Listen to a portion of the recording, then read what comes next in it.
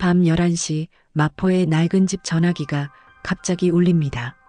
주방엔 식어가는 저녁상, 거실엔 꺼지지 않는 전등, 그리고 돌아오지 않는 중이 아들의 빈 운동화. 현관 앞에는 아버지가 뛰어나가며 흘린 먼지 자국만 남아있고 파출소 접수 종이는 아직 잉크도 마르지 않았습니다. 그때 들려온 건 돈만 준비하라는 차가운 지시. 아이의 생사는 한 통의 전화에 매달립니다. 같은 시간 학교 뒤편 체육관 창고는 이상하리만큼 조용합니다. 누군가는 상담이라는 두 글자를 미끼로 아이를 불러냈고 마포구 지도를 접어 주머니에 넣은 채 동선을 계산합니다. 평범한 하굣길이 어떻게 납치로 바뀌었는지, 그리고 왜 가장 믿어야 할 사람이 의심의 한가운데로 들어섰는지 지금부터 그날의 행적을 따라가겠습니다. 오늘도 어떤 진실과 마주하게 될지 모르지만 구독자 여러분의 하루만큼은 무사하고 평온하시길 바랍니다. 1980년 11월 13일 늦가을 오후 서울 마포구의 한 중학교 교문 앞은 하교하는 학생들로 북적입니다. 교복을 입은 아이들이 삼삼오오 모여 집으로 향하고 그 사이로 이윤상이 윗단추를 풀며 걸어 나옵니다. 윤상은 평소처럼 집 방향 골목으로 걸어가다가 문득 멈춰섭니다. 오늘 아침 담임 선생님이 전달한 말이 떠올랐습니다. 윤상아, 체육 선생님이 너 잠깐 보자시는데 하교하고 체육관 쪽으로 가봐. 윤상은 발걸음을 돌려 다시 학교 쪽으로 향합니다. 별다른 의심 없이 평범한 상담이라고 생각하며 걸어갑니다.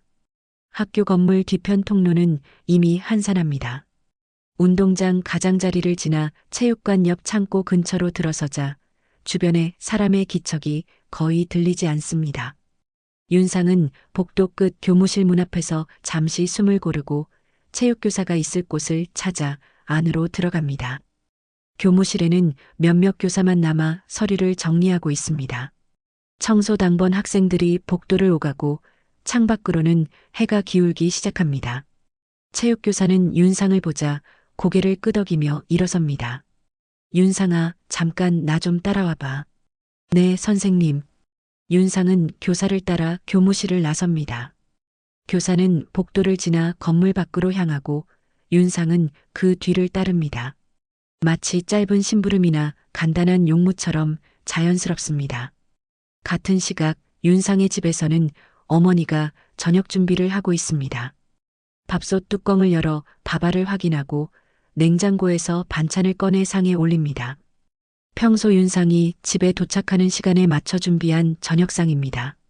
아버지는 퇴근길에 담배 한 대를 피우며 집으로 걸어옵니다. 오늘도 아들이 숙제는 다 했는지 준비물은 챙겼는지 물어봐야겠다고 생각합니다. 하지만 시간이 흘러도 윤상은 집에 돌아오지 않습니다.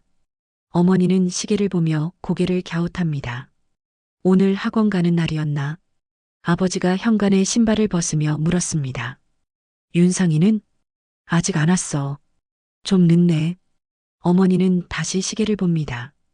평소보다 30분은 늦었습니다. 그래도 아직은 크게 걱정할 만한 시간은 아닙니다. 해가 완전히 기울고 저녁 시간이 지나갑니다.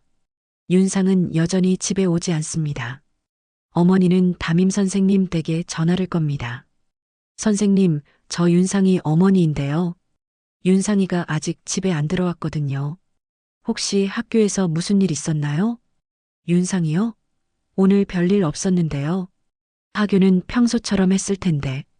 체육 선생님이 상담 때문에 잠깐 보자고 하셨다는 얘기만 전달했어요. 상담이요? 네.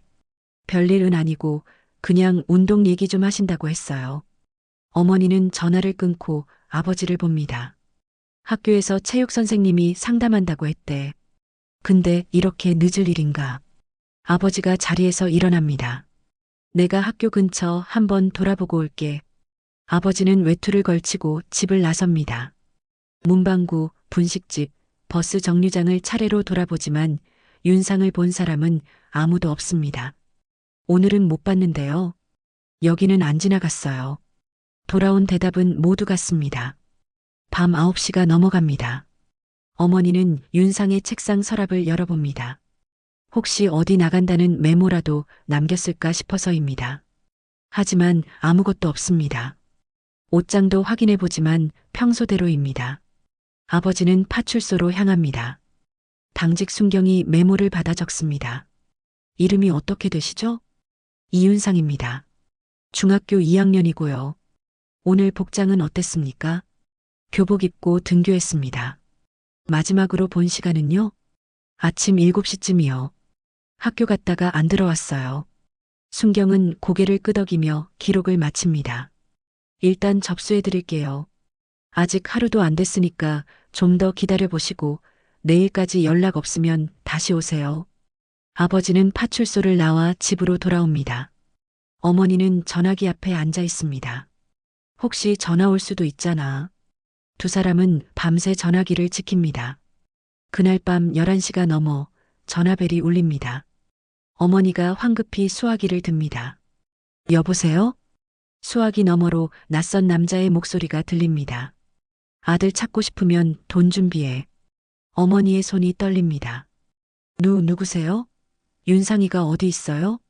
조용히 들어. 경찰 부르지 말고 돈만 준비해. 다음 연락 때 장소 알려줄 테니까. 통화는 끊깁니다.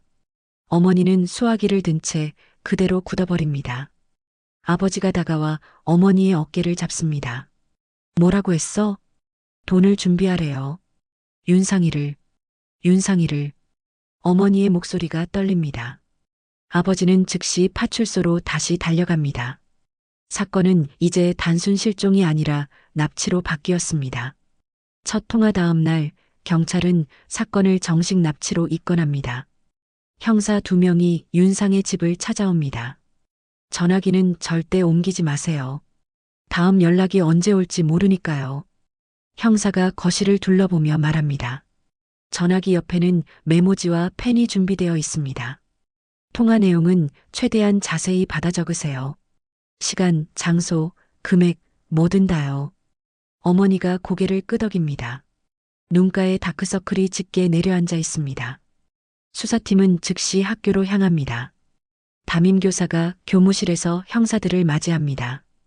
윤상이 실종 당일 시간표 좀 보여주시겠습니까? 네, 여기 있습니다.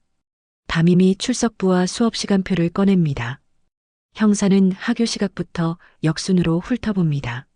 마지막 수업은 5교시 사회였고 하교는 3시 20분쯤이었습니다. 체육 선생님 상담은 누가 전달했습니까? 제가 아침 조회 때 윤상이한테 직접 얘기했어요. 체육 선생님이 그러시더라고요. 윤상이 좀 보자고. 형사가 메모를 하며 물었습니다.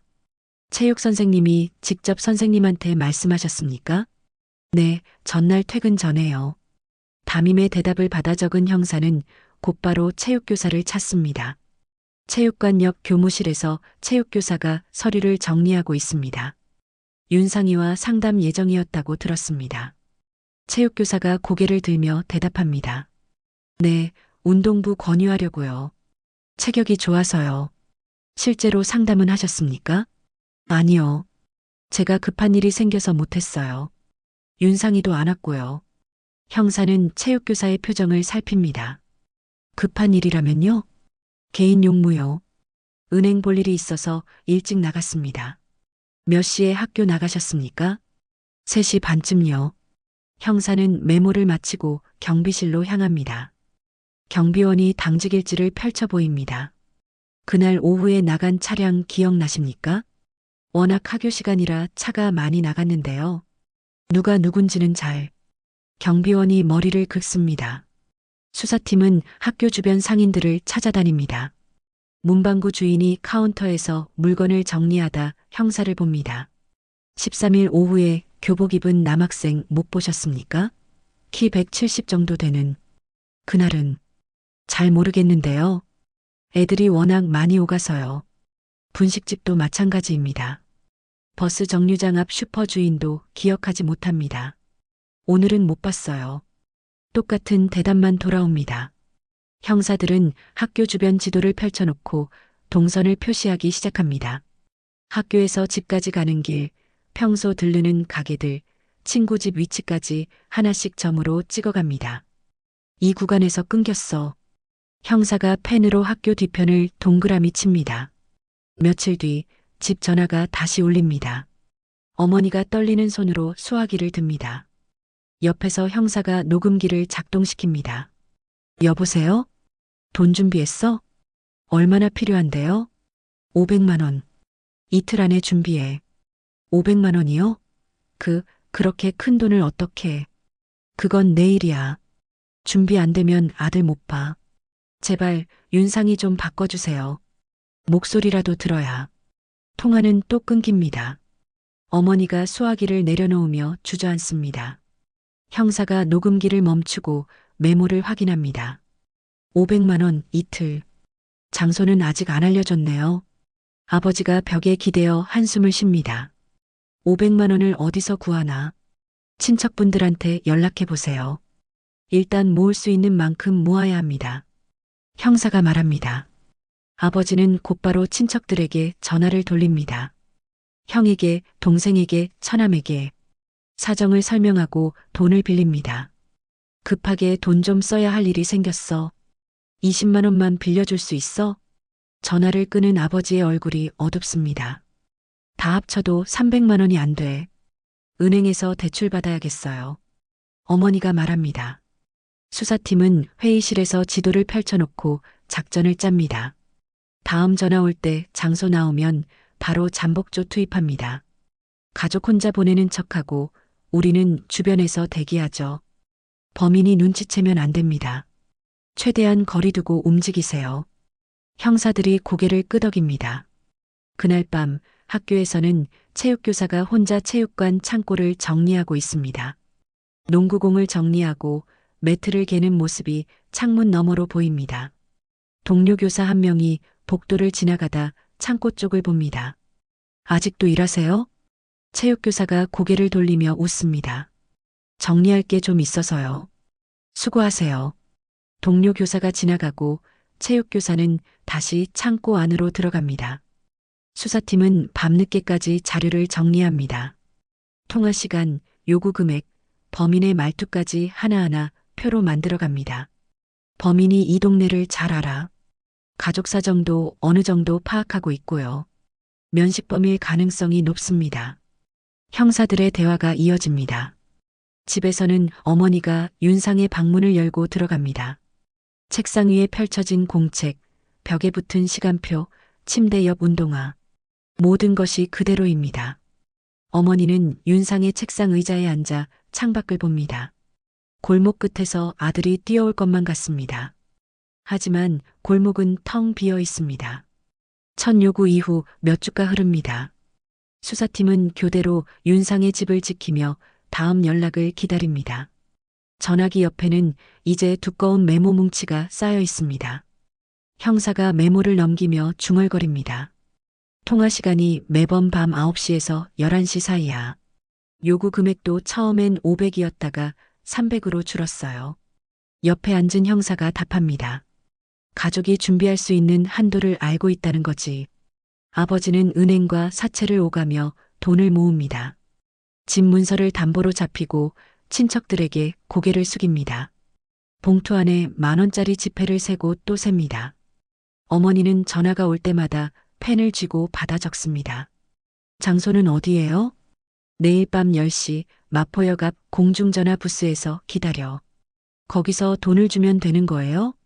거기서 다음 지시 받을 거야. 혼자 와. 경찰 데려오지 마. 통화가 끊기고 형사가 메모를 가져갑니다. 마포역 공중전화 부스. 내일 밤 10시. 잠복조 배치합니다. 역 주변 골목마다 인원 배치하고요. 수사팀은 밤새 작전을 짭니다.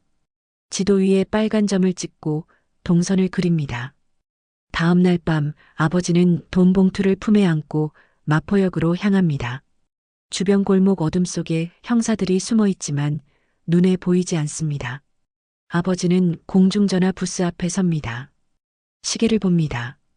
10시 정각입니다. 전화벨이 울립니다. 여보세요. 지금 거기서 나와서 세 블록 직진해. 골목 모퉁이 쓰레기통 옆에 있어. 네, 알겠습니다. 아버지는 급히 걸어갑니다. 형사들도 뒤따라 움직이지만 거리를 유지합니다. 세 블록을 걸어 골목 모퉁이에 도착합니다. 쓰레기통이 보입니다. 아버지는 그 옆에 서서 기다립니다. 10분이 지나고 20분이 지납니다. 아무도 나타나지 않습니다. 형사가 무전기에 대고 속삭입니다. 주변에 수상한 사람 없습니다. 계속 대기하세요. 시간이 더 흐르지만 아무 일도 일어나지 않습니다. 아버지는 그대로 서 있고 형사들은 숨죽이며 지켜봅니다. 결국 그날 밤 범인은 나타나지 않습니다. 집으로 돌아온 아버지는 탁자에 돈 봉투를 내려놓습니다. 아무도 안 왔어. 어머니가 봉투를 만지작거립니다. 왜 안 왔을까요? 우릴 시험한 거야. 형사가 말합니다. 경찰이 따라오는지 확인하려고요. 며칠 뒤 또 전화가 옵니다. 이번에는 장소가 다릅니다. 이번엔 신촌 로터리. 내일 밤 11시. 네, 가겠습니다. 어머니가 대답하지만 통화는 이미 끊겼습니다. 수사팀은 다시 작전을 짭니다. 신촌 로터리 주변 지도를 펼쳐놓고 인원을 배치합니다. 이번에도 장소 바꿀 겁니다. 일단 주변을 넓게 포위하죠. 다음 날 밤 같은 일이 반복됩니다. 아버지는 신촌 로터리에서 기다리다 전화를 받고 다른 장소로 이동합니다. 형사들은 뒤따라가지만 범인은 끝내 모습을 드러내지 않습니다. 한 달이 지납니다. 통화는 계속 이어지지만 실제 접촉은 이루어지지 않습니다. 가족은 지쳐갑니다. 어머니는 윤상의 사진을 들고 동네를 돌아다닙니다. 우리 아들 못 보셨어요? 제발 본 적 있으면 연락 좀 주세요. 사람들은 고개를 저을 뿐입니다. 학교에서는 소문이 퍼집니다. 복도에서 학생들이 수군거립니다. 윤상이 아직도 안 돌아왔대. 납치당했다며? 무서워. 우리도 조심해야 돼. 담임교사는 반 아이들을 모아놓고 말합니다. 윤상이 일로 불안하겠지만 경찰에서 찾고 계셔. 너희는 혹시 그날 윤상이 본 사람 있으면 선생님한테 얘기해줘. 한 학생이 손을 듭니다. 저요. 그날 체육관 쪽에서 윤상이 봤어요. 몇 시쯤이었어? 3시 반쯤요. 체육 선생님이랑 같이 있었어요. 담임이 메모를 합니다. 또 본 사람? 다른 학생이 말합니다. 저도 봤는데 체육 선생님이 윤상이 어깨 잡고 어디 가시더라고요. 담임은 이 내용을 형사에게 전달합니다. 수사팀은 학교로 다시 찾아갑니다. 체육교사를 다시 불러 질문합니다. 그날 오후 3시 반쯤 윤상이를 봤다는 학생들이 있습니다. 체육교사가 잠시 멈칫합니다. 아, 맞아요. 복도에서 잠깐 마주쳤어요. 어디로 가셨습니까? 저는 은행 가려고 나가는 길이었고 윤상이한테 상담은 다음에 하자고 했어요. 윤상이는 어디로 갔습니까? 집에 가겠죠. 저는 바로 학교 나갔으니까요. 형사는 메모를 하며 교사의 눈을 봅니다. 교사는 담담한 표정으로 시선을 마주칩니다. 수사팀은 회의실로 돌아옵니다. 진술이 자꾸 바뀌어. 처음엔 윤상이 못 봤다고 했잖아. 이번엔 복도에서 마주쳤다고 하고. 형사들이 자료를 뒤집니다. 은행 간 기록 확인했습니까? 확인 중입니다. 근데 당일 거래 내역이 없어요. 없다고요? 네. 은행 창구 기록에도 없고 입출금 내역도 없습니다. 형사들이 서로 눈을 마주 봅니다. 다시 불러야겠어. 그날 밤 집 전화가 또 울립니다. 어머니가 수화기를 듭니다. 여보세요? 돈은 준비됐지? 네, 준비했어요. 제발 윤상이 좀. 다음 주 월요일. 장소는 그때 알려줄게. 통화가 끊깁니다. 어머니는 수화기를 든 채 울기 시작합니다. 아버지가 다가와 어머니를 안아줍니다. 꼭 찾을 거야. 조금만 더 견디자. 형사는 창밖을 바라봅니다. 어둠 속에서 학교 건물의 실루엣이 보입니다. 범인이 가까이 있어. 형사가 중얼거립니다. 몇 달이 흐른 겨울, 수사팀은 회의실 벽에 지도를 붙여놓고 빨간 실로 연결선을 그어갑니다. 전달 장소마다 표시한 점들이 거미줄처럼 얽혀 있습니다. 보세요. 지시받은 장소들이 전부 마포구 아니에요. 형사가 지도를 가리킵니다. 이동 시간도 계산되어 있어. 여기서 여기까지 걸어서 15분, 버스 타면 10분. 가족이 언제 도착할지 정확히 알고 있다는 거죠. 다른 형사가 통화 기록을 넘깁니다. 요구 금액도 보세요. 처음 500에서 300, 그 다음엔 200으로 줄었어요. 가족이 실제로 모을 수 있는 돈을 알고 있어. 동네 사람이거나 가족을 잘 아는 사람이야. 수사팀장이 펜을 내려놓습니다. 학교 쪽을 다시 파야 합니다. 학교에서는 교감이 교사들을 모아놓고 회의를 진행합니다. 경찰에서 당일 근무 기록을 다시 요청했습니다. 각자 그날 뭐 했는지 자세히 적어서 제출해 주세요. 체육교사가 손을 듭니다. 또요? 벌써 몇 번째예요. 협조해 주십시오. 학생 일인데요. 교감이 단호하게 말합니다. 교사들은 각자 자리로 돌아가 당일 일정을 정리합니다. 체육교사는 수첩을 펼쳐놓고 메모를 합니다. 3시 수업 종료, 3시 반 퇴근. 경비실에서는 경비원이 당직일지를 뒤집니다. 11월 13일. 그날 나간 차량이 형사가 옆에서 기다립니다. 체육선생님 차가 3시 40분쯤 나갔어요. 확실합니까? 네, 흰색 승용차. 번호판도 기록되어 있어요. 형사는 메모를 하고 학교를 나섭니다.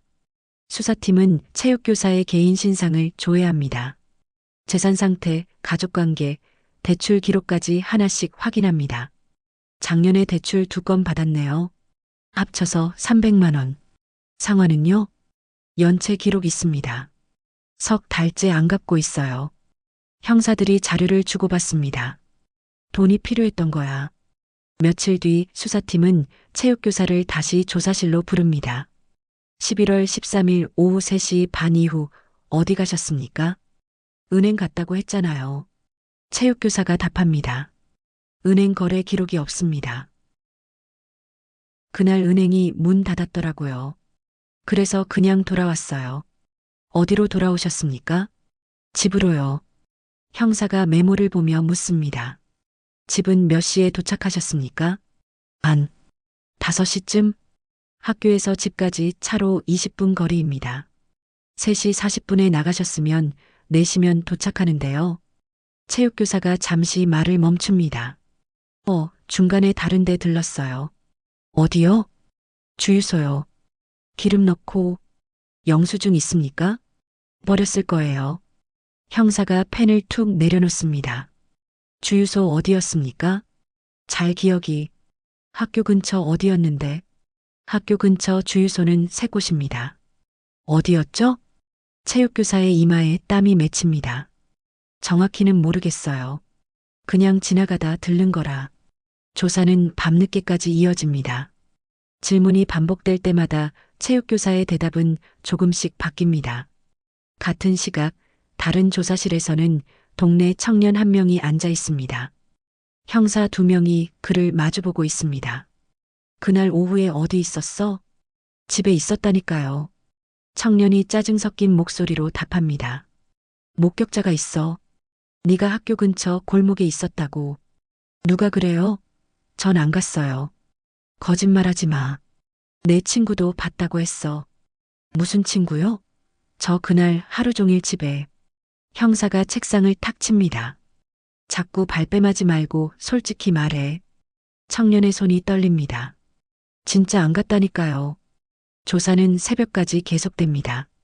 같은 질문이 다른 순서로 반복되고 청년의 대답은 점점 흔들립니다. 처음엔 집에 있었다더니 이제는 동네 슈퍼 갔다고 하네. 아, 그게. 잠깐 나갔다 왔어요. 몇 시에? 3시? 4시? 정확히 모르겠어요. 아까는 하루 종일 집에 있었다며?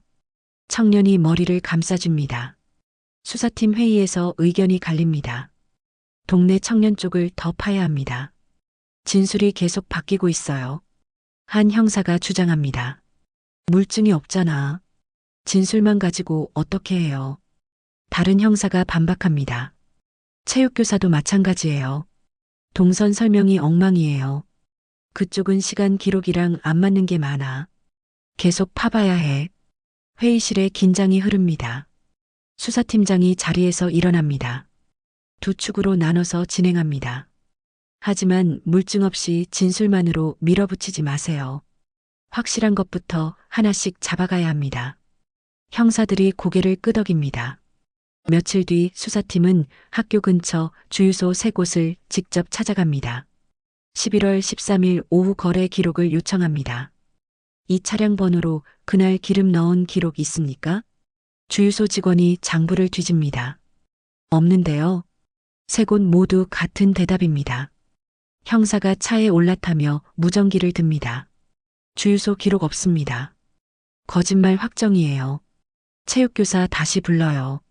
집에서는 어머니가 윤상의 옷을 개고 있습니다. 겨울옷을 꺼내 정리하다가 윤상의 패딩을 보고 멈춥니다.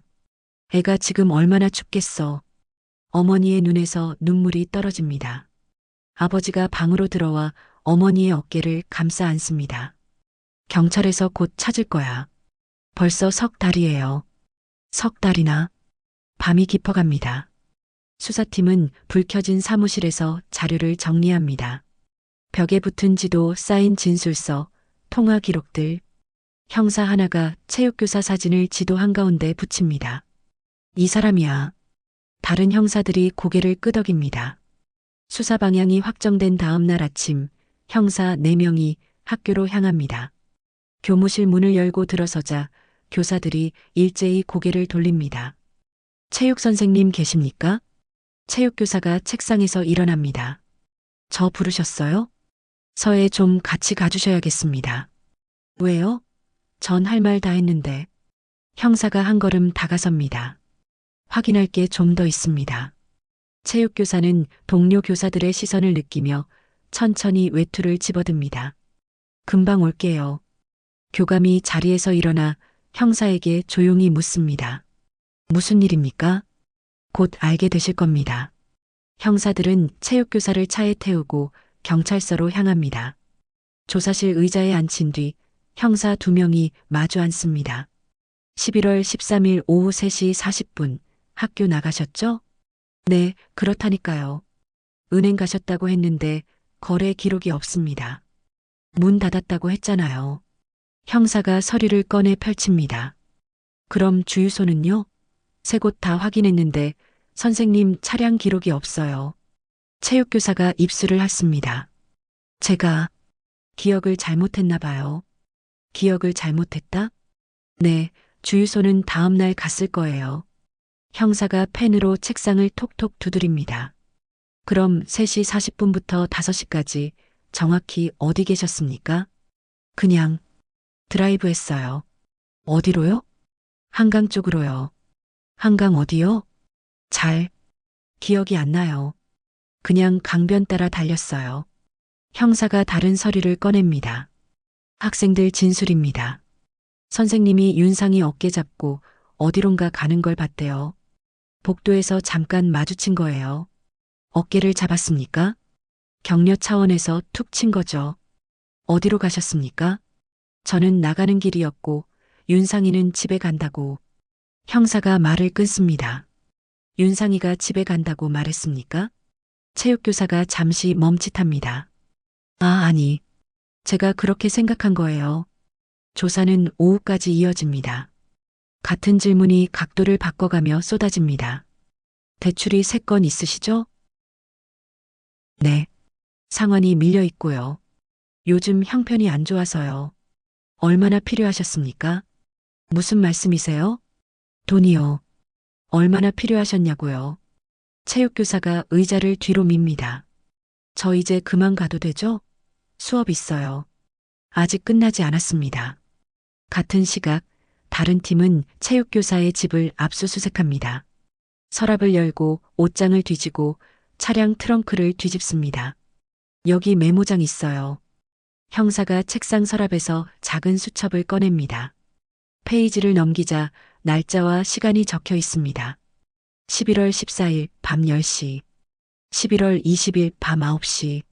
통화한 날짜랑 비슷한데요?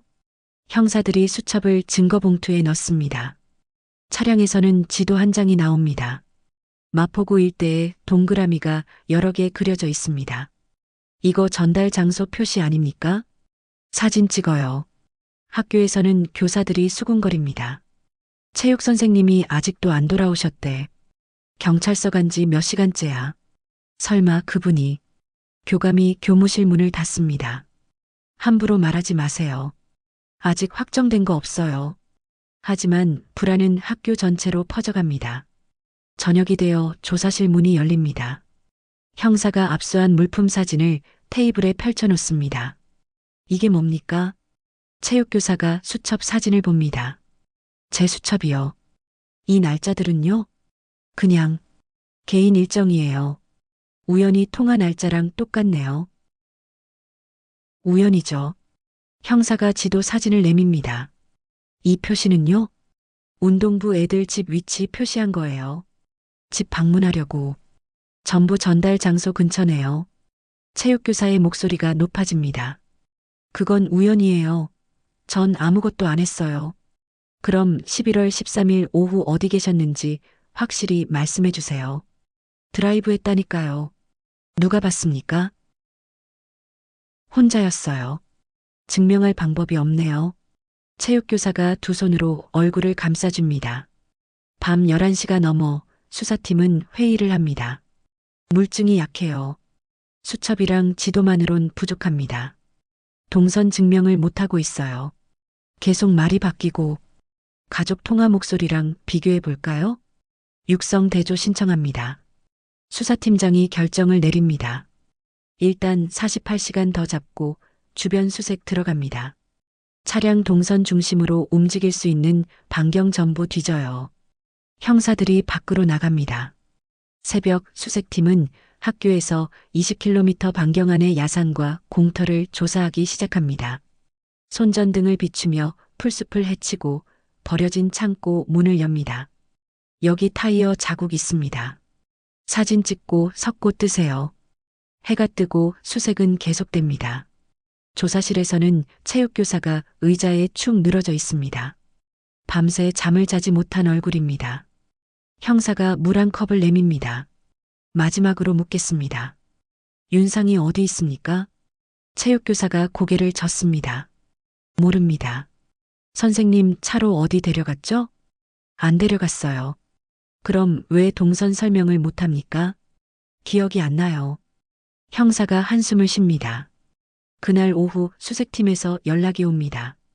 야산 쪽에서 뭔가 발견했습니다. 수사팀장이 무전기를 듭니다. 뭡니까? 옷 조각이요. 학생 교복 같은데. 위치 확보하고 대기하세요. 지금 갑니다. 수사팀이 일제히 움직입니다. 차량 여러 대가 야산으로 향합니다.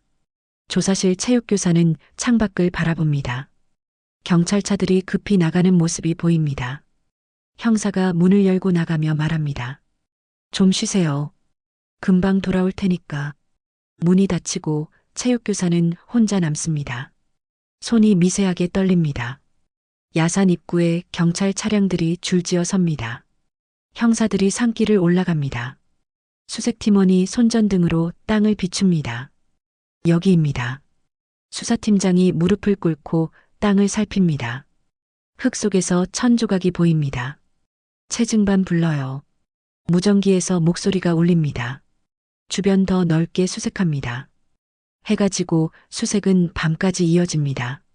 야산 수색이 이틀째 접어듭니다. 형사들은 나무 사이를 오가며 땅을 파헤칩니다. 삽질 소리와 무전기 잡음이 산속에 울립니다. 여기 뭔가 더 있어요. 수색팀원이 손을 듭니다. 흙을 조심스럽게 걷어내자 가방 끈이 보입니다. 학생 가방 같은데요. 사진 찍고 조심히 꺼내세요. 가방을 꺼내 펼칩니다. 안에서 공책과 필통이 나옵니다. 공책 첫 장에 이름이 적혀 있습니다. 2학년 3반 이윤상. 수사팀장이 무전기를 듭니다. 본청에 연락하세요. 피해자 소지품 발견했습니다. 주변을 더 넓게 수색합니다. 형사들이 일렬로 서서 천천히 앞으로 나아갑니다. 1시간 뒤 경사진 곳에서 한 형사가 멈춰섭니다. 여기요. 다른 형사들이 달려옵니다. 땅이 다른 곳과 다르게 움푹 파여 있습니다. 삽 가져오세요. 조심스럽게 흙을 파냅니다. 30cm쯤 파들어가자 천이 보입니다. 수사팀장이 손으로 제지합니다. 여기서 멈추세요. 감식반 올 때까지 대기합니다. 현장은 테이프로 둘러쳐지고 감식반이 도착합니다. 사진을 찍고 측량을 하고 흙을 한 층씩 걷어냅니다. 해가 질 무렵 확인이 끝납니다. 수사팀장이 산 아래로 내려와 차에 올라탑니다. 무전기를 들고 잠시 말없이 있다가 버튼을 누릅니다. 피해자 발견했습니다. 사망 확인됐습니다. 경찰서 조사실에서 체육교사는 벽을 보고 앉아 있습니다. 문이 열리고 형사 3명이 들어옵니다. 일어나세요. 체육교사가 고개를 돌립니다. 왜요? 윤상이 찾았습니다. 체육교사의 얼굴이 굳습니다. 어디서요? 선생님이 더 잘 아시겠죠. 형사가 사진 한 장을 테이블에 놓습니다. 야산 입구 사진입니다. 여기 가본 적 있습니까? 모르겠는데요. 선생님 차 타이어 자국이랑 일치합니다. 체육교사가 두 손을 무릎 위에 올려놓습니다. 손가락이 떨립니다. 변호사 선임하고 싶습니다. 그러시죠. 형사가 수갑을 꺼냅니다. 체포합니다. 묵비권 행사할 수 있고 변호인 조력받을 권리 있습니다. 체육교사의 손목에 수갑이 채워집니다. 윤상의 집 형사 2명이 현관 앞에 섭니다. 초인종을 누르기 전 서로 눈을 마주봅니다. 어머니가 문을 엽니다. 찾았어요? 윤상이 찾았어요? 형사가 모자를 벗습니다. 안으로 들어가도 되겠습니까? 어머니의 얼굴이 하얗게 질립니다. 안 돼요. 아니라고 해요. 아버지가 뒤에서 다가옵니다. 무슨 일입니까? 형사가 천천히 입을 엽니다. 윤상이를 찾았습니다. 어디요? 지금 어디 있어요? 죄송합니다. 형사의 목소리가 낮아집니다. 어머니가 주저앉습니다. 아버지가 벽에 손을 짚고 고개를 떨굽니다. 거실에는 아무 말도 없이 울음소리만 번집니다. 다음 날 학교에 경찰차가 들어섭니다. 교사들이 창밖을 내다봅니다. 교감이 방송실로 들어가 마이크를 잡습니다. 전교생은 각 교실에서 대기하십시오. 선생님들은 교무실로 모여주시기 바랍니다. 복도가 술렁입니다. 학생들이 교실 문 밖을 내다보며 수군거립니다. 교무실에서 형사가 교사들 앞에 섭니다. 이윤상 학생 사건 관련해서 알려드립니다. 체육 선생님을 용의자로 체포했습니다. 교사들이 술렁입니다. 그리고 윤상 학생을 찾았습니다. 안타깝게도 사망한 상태로 발견됐습니다. 한 교사가 입을 막고 흐느낍니다. 담임 교사는 책상에 고개를 묻습니다. 며칠 뒤 검찰 조사가 시작됩니다. 체육교사는 변호사와 함께 앉아 있습니다. 검사가 서류를 펼칩니다. 11월 13일 오후 3시 30분 피해자를 학교에서 호출했습니까? 변호사가 말합니다. 의뢰인은 진술을 거부합니다. 차량으로 야산까지 이동시켰습니까? 진술 거부합니다. 금전 요구 통화를 했습니까? 진술 거부합니다. 검사가 펜을 내려놓습니다. 증거는 충분합니다. 타이어 자국, 소지품 발견 위치, 통화 시간대 일치, 변명할 기회 드리는 겁니다. 체육교사는 고개를 숙인 채 아무 말도 하지 않습니다. 수사팀은 사건 기록을 정리합니다. 통화 녹음, 목격 진술, 압수물, 현장 사진을 순서대로 배열합니다. 이거 전부 검찰로 넘깁니다. 수사팀장이 서류 뭉치를 묶습니다. 한 형사가 묻습니다. 동네 청년은 어떻게 됩니까? 석방 조치했어요. 진술서에 과정 기록하고 사과 전달했고요. 우리가 너무 밀어붙였죠. 보고서에 다 적혀 있어요. 이번 건 교훈 삼아야 합니다. 형사들이 고개를 끄덕입니다. 저녁 윤상의 집 앞에 조문객들이 줄을 잇습니다. 친척들, 이웃들, 학교 선생님들이 차례로 들어옵니다. 어머니는 영정사진 앞에 앉아 있습니다. 윤상이 교복을 입고 웃는 사진입니다. 윤상아. 어머니의 목소리는 나오지 않습니다. 아버지는 조문객들에게 고개를 숙입니다. 와주셔서 감사합니다. 담임교사가 영정 앞에 무릎을 꿇습니다. 윤상아, 선생님이 미안하다. 선생님이 더 잘 봤어야 했는데. 눈물이 떨어집니다. 밤이 깊어갑니다. 조문객들이 떠나고 집은 조용해집니다. 어머니는 윤상의 방으로 들어갑니다. 책상이 공책을 펼칩니다. 윤상의 글씨가 빼곡합니다. 엄마, 오늘 급식 맛있었어. 공책 귀퉁이에 낙서처럼 적힌 글입니다. 어머니는 공책을 가슴에 안습니다. 창밖으로 차가운 겨울 달빛이 들어옵니다.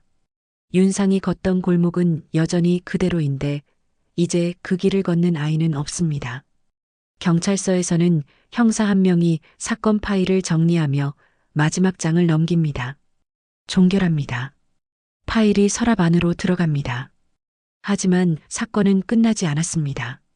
재판이 남아있고 진실이 밝혀져야 하고 책임이 물어져야 합니다. 형사는 창밖을 봅니다. 저 멀리 학교 건물이 보입니다. 왜 하필 선생님이었을까? 중얼거림이 빈 사무실에 울립니다. 겨울이 지나고 봄이 옵니다. 법원 앞에 사람들이 모여듭니다. 기자들이 카메라를 들고 대기하고 방청객들이 줄을 섭니다. 검은 호송차가 도착합니다. 체육교사가 수갑을 찬 채 내립니다. 카메라 플래시가 터집니다. 왜 그랬습니까? 유족에게 할 말 없습니까? 기자들의 질문이 쏟아지지만 체육교사는 고개를 숙인 채 법원 안으로 들어갑니다. 법정 안 방청석이 가득 찹니다. 윤상의 부모는 앞줄에 앉아 있습니다. 어머니는 윤상의 사진이 든 액자를 무릎에 올려놓았습니다. 기립. 재판장이 입장하고 모두 일어섭니다. 재판장이 자리에 앉으며 말합니다. 착석하십시오. 피고인 신원을 확인하겠습니다. 체육교사가 일어섭니다. 성명이 어떻게 됩니까? 입니다. 생년월일은요? 체육교사가 답합니다. 검사가 기소장을 낭독합니다. 피고인은 1980년 11월 13일 피해자 이윤상을 학교에서 유인해 차량으로 이동시켰습니다. 이후 피해자를 감금하고 유족에게 금전을 요구했으며 결국 피해자를 살해하고 야산에 유기했습니다. 방청석에서 흐느끼는 소리가 들립니다. 검사가 증거를 제시합니다. 첫 번째 증거, 통화 녹음입니다. 녹음이 재생됩니다. 낯선 남자 목소리가 법정에 울립니다. 돈 준비했어? 500만 원. 어머니가 귀를 막습니다. 그 목소리를 다시 듣고 싶지 않습니다. 두 번째 증거, 피고인 차량에서 발견된 수첩과 지도입니다. 수첩이 스크린에 비춥니다. 날짜와 시간이 적힌 페이지들입니다. 통화 시간과 정확히 일치합니다. 검사가 화면을 넘깁니다. 세 번째, 현장에서 발견된 타이어 자국입니다. 피고인 차량과 동일합니다. 변호인이 일어섭니다. 이에 있습니다. 타이어 자국만으로는 특정할 수 없습니다. 기각합니다. 다른 증거와 함께 판단하겠습니다. 재판장이 말합니다. 증인 신문이 시작됩니다. 담임교사가 증인석에 앉습니다. 11월 13일 아침 윤상이에게 무엇을 전달했습니까? 체육 선생님이 상담하신다고 했습니다. 누가 말씀하셨습니까? 피고인이요. 전날 저한테 직접 말씀하셨어요. 검사가 묻습니다. 윤상이가 상담을 거부하거나 이상하게 생각했습니까? 아니요.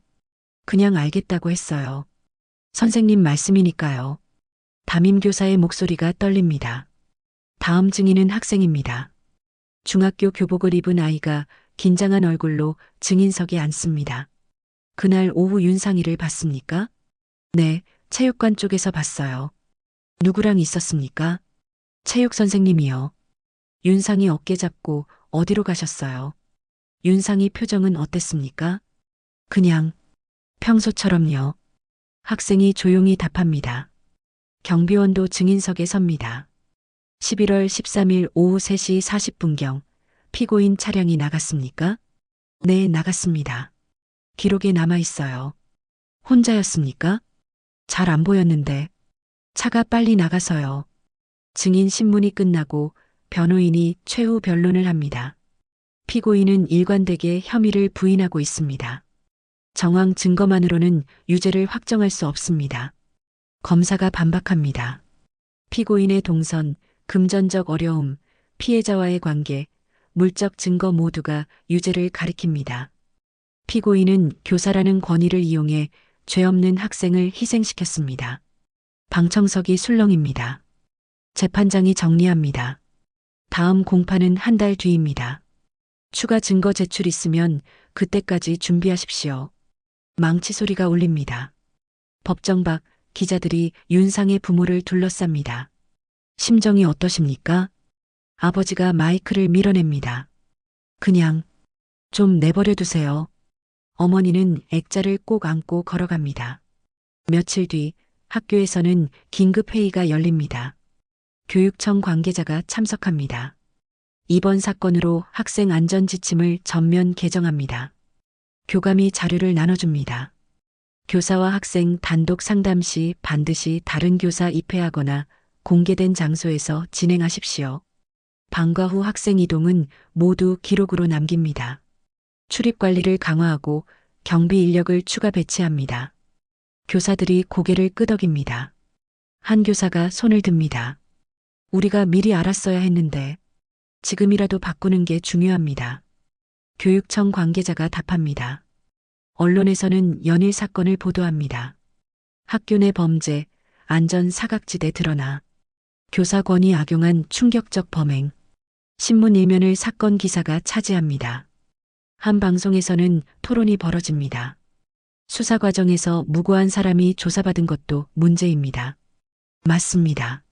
성과에 급급해 절차를 무시한 거죠. 피해자만 둘이 아닙니다. 잘못된 의심을 받은 사람들도 피해자예요. 토론은 밤늦게까지 이어집니다. 다음 공판날 검사는 추가 증거를 제출합니다. 피고인의 통화 음성과 협박 통화 음성을 분석한 결과입니다. 90% 이상 일치합니다. 스크린에 파형 그래프가 나타납니다. 변호인이 반박하려 하지만 재판장이 제지합니다. 충분한 증거로 인정합니다. 최종 변론에서 검사가 일어섭니다. 피고인은 계획적으로 범행을 저질렀습니다. 학생을 유인하고 가족을 협박하고 증거를 인멸하려 했습니다. 엄중한 처벌이 필요합니다. 방청석 유족들이 고개를 끄덕입니다.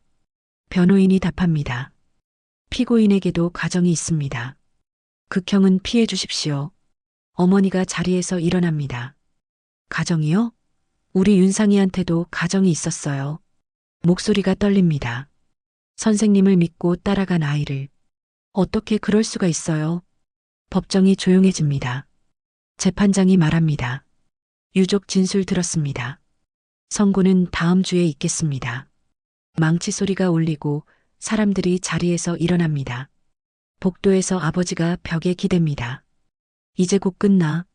어머니가 고개를 끄덕입니다. 윤상이가 알까? 우리가 여기까지 왔다는 거. 두 사람은 법원을 나와 차가운 봄바람을 맞습니다. 학교 앞 골목은 여전합니다. 학생들이 하교하고 문방구에는 아이들이 모여듭니다. 하지만 이제 부모들은 아이 손을 꼭 잡고 걷습니다. 선생님이라도 함부로 믿지 않습니다. 사건은 한 아이의 죽음으로 끝났지만 남겨진 상처는 아직 아물지 않았습니다.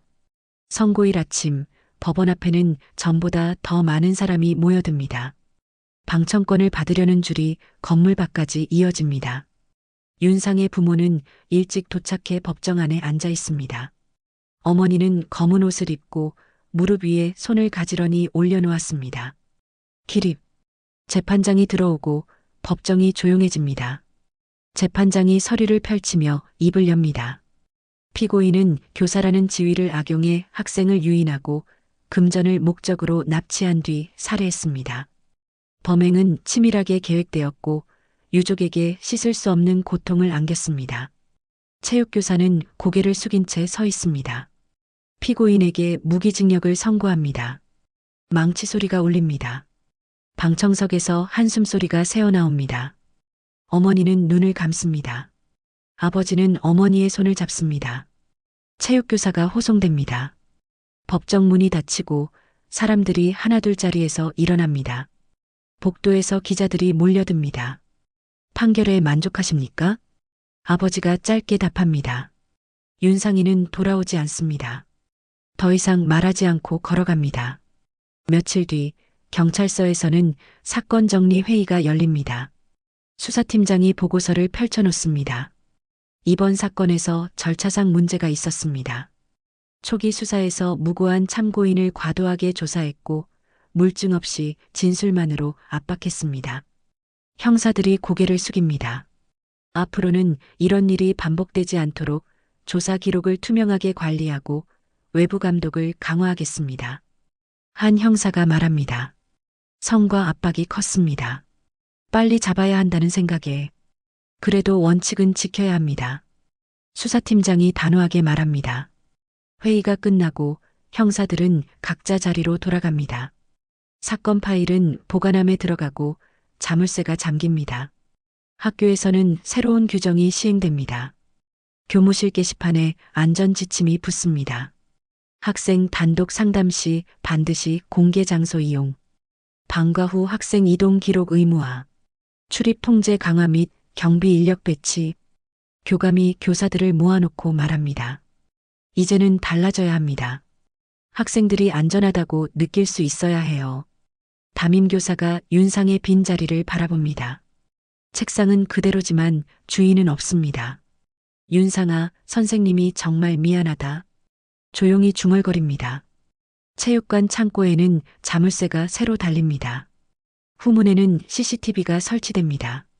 점검표가 벽에 붙고 매일 체크 표시가 늘어갑니다. 교육청에서는 전국 학교에 공문을 보냅니다. 학생 안전관리 강화 방안, 교사 윤리 교육 의무화, 위기 대응 매뉴얼 배포. 각 학교는 이 지침을 받아 자체 규정을 만들고 교사 연수를 진행합니다. 동네에서는 서서히 일상이 돌아옵니다.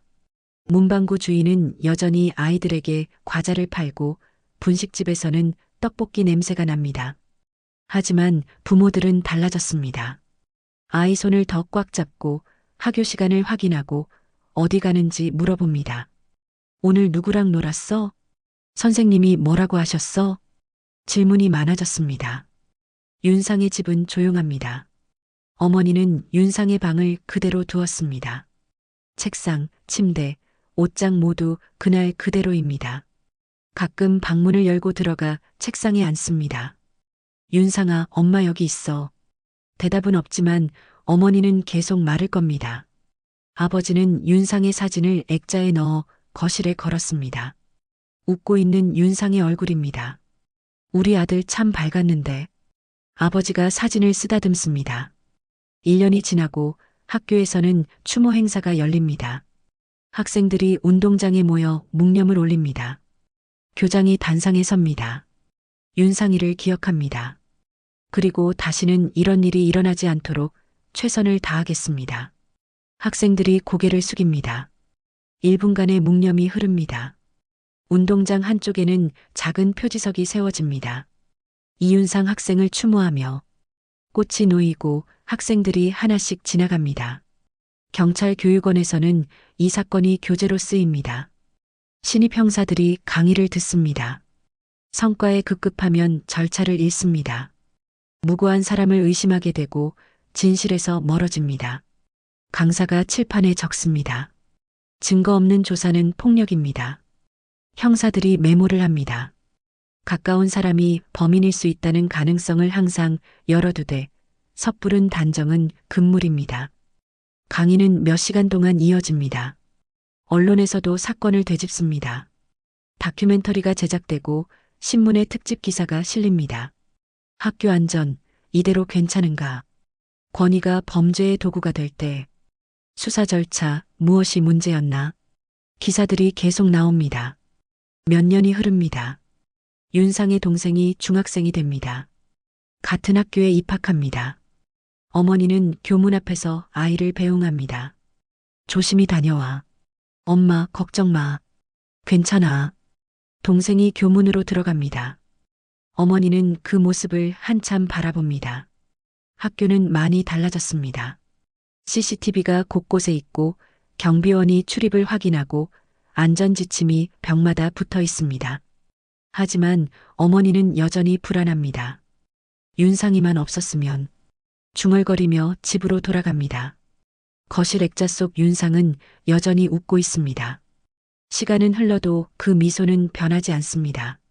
아버지가 퇴근해 집에 들어옵니다. 오늘 동생 잘 갔어? 응, 잘 갔어. 윤상이도 저 나이 때 말을 잇지 못합니다. 두 사람은 액자를 바라봅니다. 밤이 깊어갑니다. 골목에는 가로등 불빛만 남습니다. 학교 건물은 어둠 속에 서 있습니다. 체육관, 교무실, 운동장 모두 고요합니다. 하지만 그 안에서 무슨 일이 일어났는지, 어떤 아픔이 남았는지 사람들은 기억합니다. 사건은 끝났지만 상처는 계속됩니다. 규정이 바뀌고 절차가 개선되고 경각심이 높아졌지만 잃어버린 아이는 돌아오지 않습니다. 윤상의 이름은 책 속에, 기록 속에, 사람들 기억 속에 남아 있습니다. 다시는 이런 일이 없어야 해. 사람들이 반복해서 말합니다. 그리고 그 말은 앞으로도 계속될 것입니다. 학교 앞 골목을 아이들이 지나갑니다. 웃으며 뛰어가는 모습이 윤상과 닮았습니다. 어머니는 창문 너머로 그 모습을 봅니다. 잘 가라, 조심해서. 작은 목소리로 말합니다. 해가 지고 다시 밤이 옵니다. 윤상의 방 책상 위에는 먼지가 쌓입니다. 공책은 그대로이고 펜은 그 자리에 있습니다. 시간은 흐르지만 그 방은 멈춰 있습니다. 1980년 11월 13일 이후로 1980년 겨울 한 중학생의 실종은 평범한 학교를 충격으로 몰아넣었습니다. 가장 믿어야 할 사람이 범인이었다는 사실은 우리 사회에 깊은 상처를 남겼습니다. 이 사건 이후 학교 안전 규정이 전면 개정되었고 교사와 학생의 단독 접촉을 제한하는 지침이 만들어졌습니다. 수사 과정에서 드러난 절차상 문제들은 경찰 교육 과정에 반영되어 무고한 사람을 함부로 의심하지 않도록 하는 교훈이 되었습니다.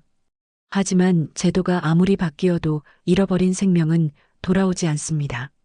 윤상이의 빈자리는 여전히 그 가족의 가슴에 남아 있습니다. 권위는 보호의 도구여야 하지 범죄의 수단이 되어서는 안 됩니다. 이 사건을 기억하며 우리 아이들이 안전한 세상을 만들어가야 합니다. 구독, 좋아요 눌러주시는 분들에게 건강과 행복이 가득할 거예요. 감사합니다.